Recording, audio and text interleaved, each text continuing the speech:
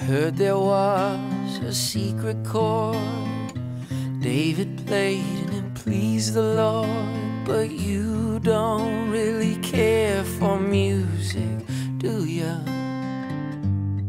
Well, it goes like this: the fourth, the fifth, the minor fall and the major lift, and the baffled king composing hallelujah, hallelujah.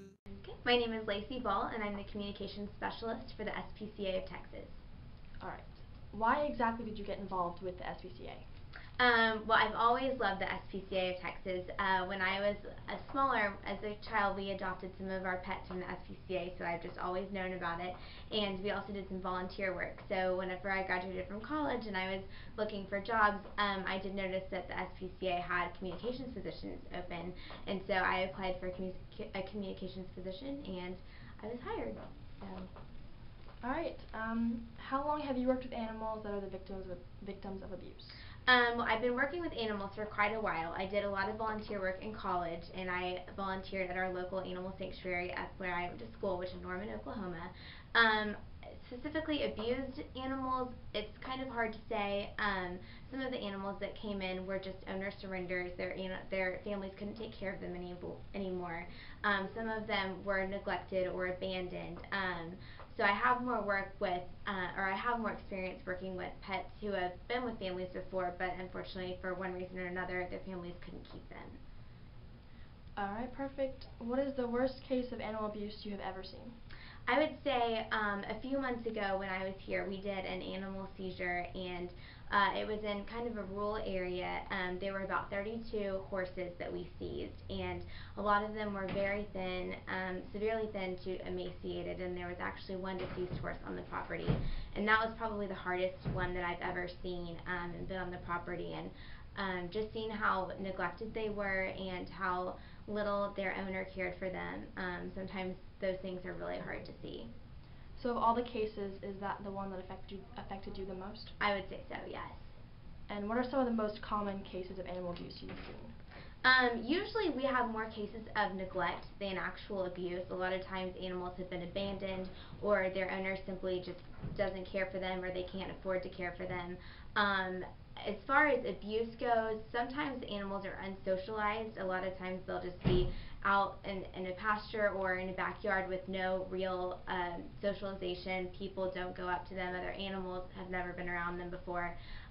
It may not necessarily be that they were beaten or cruelly treated, but it may be more that they were either neglected without food or water or shelter, or they just never knew a kind human that really interacted with them.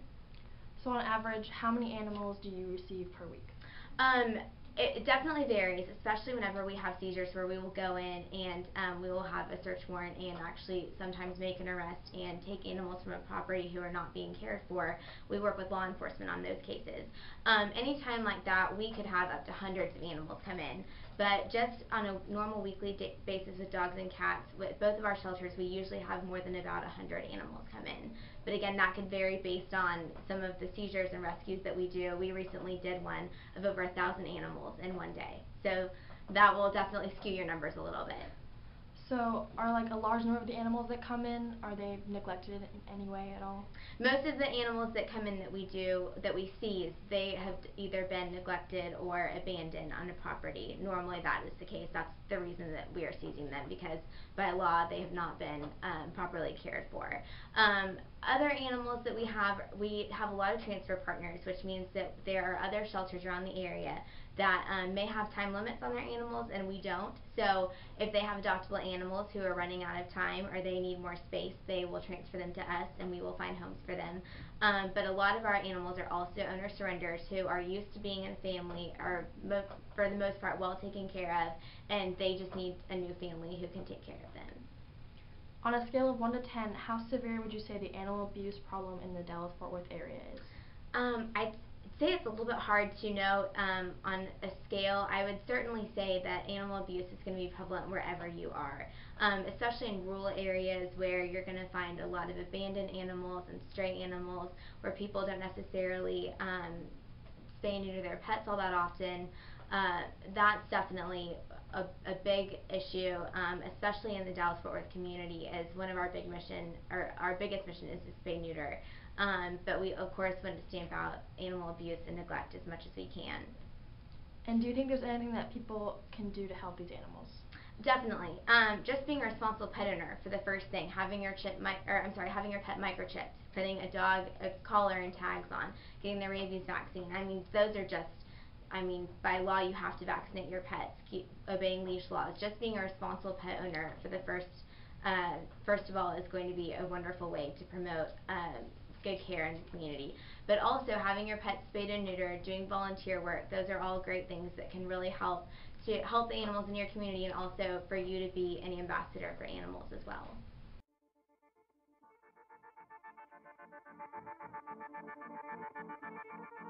Heaven bent to take my hand and lead me through the fire. Be the long-awaited answer to a long and painful fight. Truth be told, I've tried my best, but somewhere along the way I got caught up in all there was to offer, and the cost was so much more than I could bear. Though I've tried. Before starting this project, I didn't really expect for there to be a lot of cases of animal cruelty in our area, just because, you know, when you're sitting at home with your pets, you don't really think there are people out there abusing pets and being mean to them. And some of the things that Miss Ball told us, like the story about all the horses, the starving horses at the farm, it was really surprising to me, just because it made me realize that animal cruelty really is a problem in our area. I honestly wasn't expecting a whole lot of abuse in Plano, just because of where we live and the kind of people that are here.